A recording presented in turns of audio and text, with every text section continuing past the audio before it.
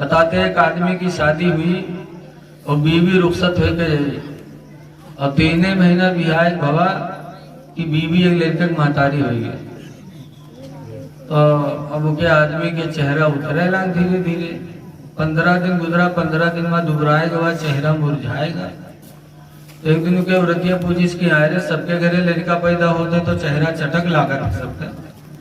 ہمارے یہاں جو دن سے لے کر وہ دن سے تو چہرہ جھراتے جاتے کہا بات ہے تو بھائی تم کا کہاں یہاں گاؤں نکلا باپ ہوتا تو پوچھا تھے کہ کس کے رہے 3 مہینہ تو رہی بیاہ بہت کہ لڑکا کیسے ہوئی گا رے تو عورتوں کے تو سمجھا نہیں پاؤ تو کہیں کہا سمجھا دی جب 9 مہینہ پر ہوئی چاہیے 3 مہینہ ہوئی گا تو ہم کس کے سمجھائے تھے تو عورتوں کہ تم ہو گدھا یہ بتاؤ کہ تمہارے بیاہ کتنے دن ہوا کہیں 3 مہینہ کہیں سو ہمارے بیاہ کہیں تمہارے بیاہ 3 مہینہ ہوا کہیں سو لڑکا کتنے دن پر ہوا کہیں سو 3 مہینہ ہوا اور پڑھائی اس پہاڑا گھر میں کہیں 3 مہینہ تمہارے بیاہ ہوئے گا 3 مہینہ ہمارے بیاہ ہوئے گا اور 3 مہینہ لڑکا ہوا سب 9 مہینہ نہیں ہوئیں گے رے پڑھائی بھی اس پہاڑا گھر میں آئے گا کہ سمجھ میں کہیں ہاں یار یہ تو 9 مہینہ بھوا ہے اب بہت کھپا کہیں اب کونوں سال پوچھ لی تو کہ خیریت نہیں سویرے پھر نکلا اپنے گاؤں میں جب نکلا با کونوں پکڑ کرتا کھینچیس ایسے ادھر اور ادھر کس کرے 3 مہینہ تو رہے بیاہ ہوا تو کہ لڑکا کیسے ہوئے گا رے وہ لڑی گا اسے کہا 3 مہینہ بھوئے 9 مہینہ تو بھوا ہے ہو 3 مہینہ ہمارے بیاہ ہوئے گا 3 مہینہ مہرول بیاہ ہوئے گا 3 مہینہ لڑکا وہ سب 9 مہینہ نہیں ہوئے گا پورا گاؤں ایک لنگ وہ کھیلے وہ ہے بکا جو مہروا رٹائے دی سکا یہی حال ان دیوبندیوں کا ہے 40 دن کے چلم لے جا کے ایسا رٹائے دیتے ہیں کہ نبی بشر ہیں نبی بشر ہیں ہماری طرح بشر ہیں اے لوگوں ہماری طرح بشر ہوتے تو اللہ تعالیٰ کی طرف سے ان کو یہ درجات نہ ملتے ہماری طرح بشر نہیں ہیں اسی لیے پوری زندگی اعلیٰ حضرت نے نبی کی تعریف کی ہے نہ ان کا چہرہ ہماری طرح نہ ہمارا تھوک ان کی تھوک کی طرح بتاؤ حضرت علی شیر خدا رضی اللہ تعالیٰ عنہ جنگ خیبر کے ٹائم ان کی آنکھیں دکھنے لگی جتا کہتے آئی اور خیبر کے جنگ کے لیے بھیجنا تھا صحابہ نے کہا لی بیمار ہے حضور نے فرمایا علی کو بلاؤ اور حضور آئے تو لکھا فَبَصَقَ فِي عَيْنَيْهِ تو حضور نے تھوک علی کے دونوں آنکھوں میں لگا دیا اپنا فَبَرِيَ عَيْنَيْهِ تو علی کے دونوں آنکھیں ٹھیک ہو گئی جنگ خیبر گئے اور خیبر ایسی لڑی حضرت علی شیر خدا نے کہ فوراً خیبر کو فتح فرما دیا تھوک آنکھ میں لگائے تو دکھتی ہوئی آنکھ ٹھیک ہو گئی ہمارا تھوک کوئی لگائے لے ہمارا تمہارا تو آنکھیں تو لبری ہے اور حبیبن کے لگائے لے تو چلیں جی اور بتاتے ہیں کہ حضور بشر ہے ہماری طرح حضور کا بڑا درجہ بلند حضور صلی اللہ علیہ وسلم نے حجۃ الوداع فرمایا آخری حج ادا کیا جس حج میں 140,000 صحابہ تھے 140 صحابہ تھے 140 صحابہ تھے اور حضور کی بیوی ام سلمہ بھی تھی حج کر کے جب قربانی کیا قربانی کر کے مینا کے میدان میں جب سرکار نے حلق کروایا حلق یعنی بال بنوایا حاجی لوگ بال بنواتے ہیں نا قربانی کا احرام کھول کر کے تو ایک نو آئے جن نو کا نام معرور ہے بڑے خوش نصیب صحابی حضرت معرور صحابی آئے نو حضور کا سر بھگونے لگے بھگونے کے بعد استرا لیا اور جب سرکار کے سر مبارک کو پکڑا تو معرور خوشی کے مارے رونے لگے اور میں معرور رو رہے معرور کہتے ہیں اللہ کے رسول آج ہم سے زیادہ خوش نصیب کون ہو سکتا ہے آج ہمارے ہاتھوں میں امام الانبیاء کا سر مبارک موجود ہے امام الانبیاء کا سر مبارک میرے ہاتھوں میں ہے اے اللہ کے رسول اس سے بڑی اور خوشی ہمارے لیے کیا ہو سکتی ہے کیسے عاشق تھے صحابہ معرور صحابی جب بال بنانے لگے تو حضور کی بیوی ام سلمہ کہتی ہیں 140 صحابہ جو تھے وہ دوڑ دوڑ کے حضور کے بال کو اپنے ہاتھوں میں لے رہے تھے زمین پہ نہیں گرنے دیتے تھے۔ ام سلمہ کہتے میں بھی دوڑی، مجھے بھی کچھ بال حضور کے ملے، ان بالوں کو میں نے لا کر کے ایک شیشے میں بند کر کے رکھ لیا۔ پھر مدینے میں جب کوئی بیمار ہوتا تو اس شیشے کو پانی میں صرف لگا دیتی، پھر وہ پانی بیمار پی لیتا تو بیمار کو شفا نصیب ہو جاتی۔ یہ حضور کا بال مبارک ہے کہ جس شیشے کے اندر ہو وہ شیشے شفا کا سبب بن جائے۔ اور ان کے لوگوں کو بال دھوئے کے پی لے تو کوڑیاں تو نہیں بھی ٹی بی نہیں ہوئی تو ٹی بی ہوئی، اتنے بڑے منحوس ہوتے ان کے بعد کہیں انہوں بسر ارے رسول اللہ کا درجہ اللہ نے بہت بلند فرمایا۔ مدینہ منورہ میں دو لڑکے رہتے تھے، معاذ اور معوذ، دونوں سگے بھائی۔ ایک دن دونوں آئے چھوٹے گھر میں تو ماں کو دیکھا روتے ہوئے تو دونوں تڑپ اٹھے، کہا ماں رو رہی ہو؟ کہا بیٹا کیوں نہ رو، تمہارے باپ جنگ میں شہید ہو گئے، میں بیوہ ہو گئی، آج مدینے سے مجاہدین اللہ کی راہ میں لڑنے جا رہے ہیں، مدینے کی عورتیں خوشیاں منا رہی ہیں کہ ہمارے شوہر جنگ میں گئے، اگر شہید ہو جائیں گے تو میں شہید کی بیوی کہی جاؤں گی۔ مجھے افسوس ہے کہ اللہ نے مجھے پہلے بیوہ کر دیا، کاش اگر تمہارا باپ آج زندہ ہوتا تو تمہارا باپ بھی میدان جنگ میں جاتا تو مجھے بھی عورتوں کی طرح خوشی ہوتی،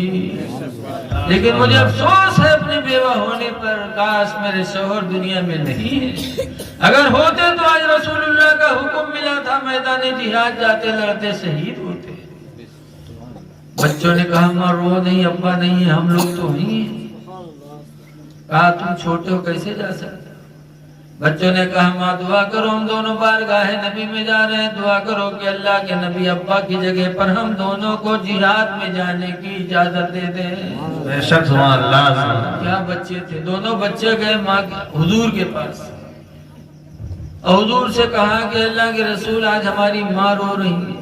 ماں کا رونا دیکھا نہیں جاتا، اللہ کے رسول ہم سب یتیم ہیں، ماں میری بیوہ ہو گئی، مدینے سے مجاہدین اللہ کی راہ میں جا رہے ہیں، میری ماں رو رہی ہے، کہتی ہے اگر آج میرا شوہر زندہ ہوتا تو بھی میدان جہاد میں جاتا، اے اللہ کے رسول ماں کا رونا دیکھا نہیں جا رہا ہے، آپ ہم دونوں کو اجازت دے دو کہ باپ کی جگہ پر ہم دونوں میدان بدر میں چلے جائیں۔ اسلام کی سب سے پہلی لڑائی تھی میدان بدر۔ حضور نے فرمایا تم لوگوں چھوٹے ہو، تو معاذ کھڑے ہو گئے، بڑے بھائی پنجے کے بل کھڑے ہو گئے، اللہ کے رسول دیکھیے ہم بڑے نہیں، ہم چھوٹے نہیں، ہم بڑے ہیں، جذبہ دیکھو شہادت کا۔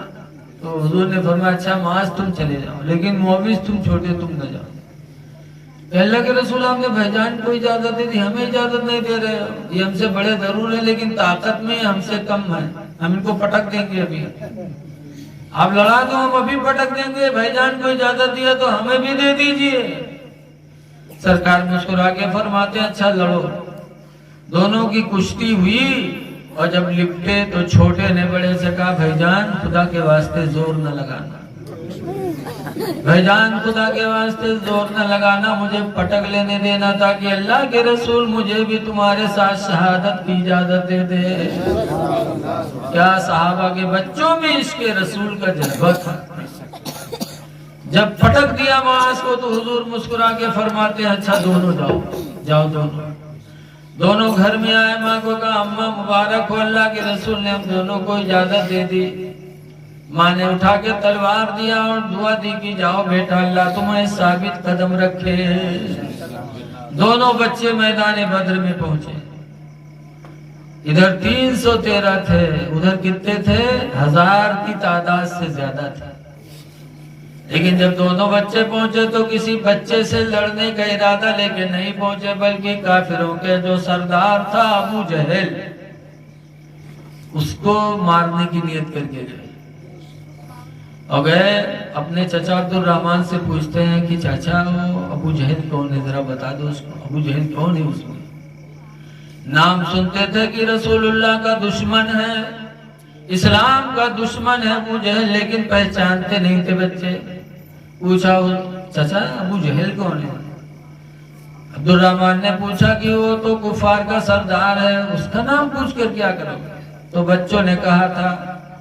قسم کھائی ہے مر جائیں گے یا ماریں گے ناری کو،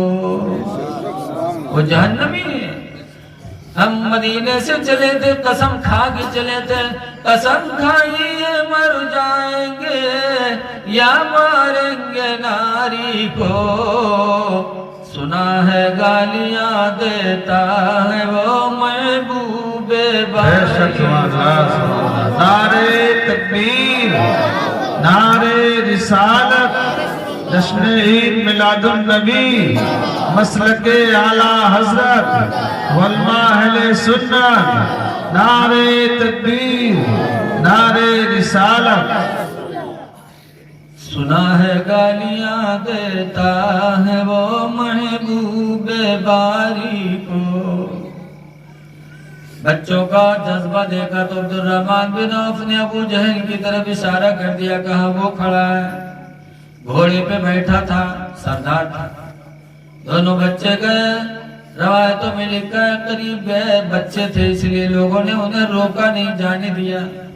اور جب ابو جہل کے پاس گئے، لوگوں نے سمجھا، کفار نے سمجھا کہ کچھ بات چیت کرنے آ رہے ہوں گے، لیکن جیسے قریب پہنچے روایتوں میں نعرے تکبیر، اللہ اکبر کی آواز کہہ کے جو تلوار ماری تو ایک ہی تلوار میں ابو جہل 2 ٹکڑے ہو گیا اور گھوڑا بھی 2 ٹکڑے ہو گیا۔ اب آپ سوچو کتنا موٹا کسائی ہوئے اور بھائی صاحب کہیں ایک تلوار مارے تو ایک تلوار میں 2 ٹکڑا ہوئی، بولے یار نہیں ہوگا، لیکن ننھی سی تلوار پڑی، ابو جہل بھی 2 ٹکڑا، گھوڑا بھی 2 ٹکڑا۔ کیسے؟ ظاہر میں ننھی تلوار تھی لیکن حقیقت میں اللہ کی مدد شامل تھی۔ قرآن قسم کھا کے کہتا وَلَقَدْ نَصَرَكُمُ اللَّهُ بِبَدْرٍ وَأَنْتُمْ أَذِلَّةٌ، یقیناً بدر والو تم بہت کم تھے لیکن اللہ تعالیٰ نے تمہاری مدد فرمائی ہے۔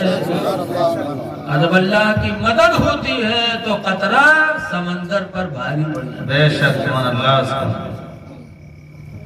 مار دیا۔ کافروں نے دیکھا کہ جو چھوٹے چھوٹے بچے آ کر کے میرے سردار کو قتل کر دیا، تو لوگوں نے بچوں کو گھیر لیا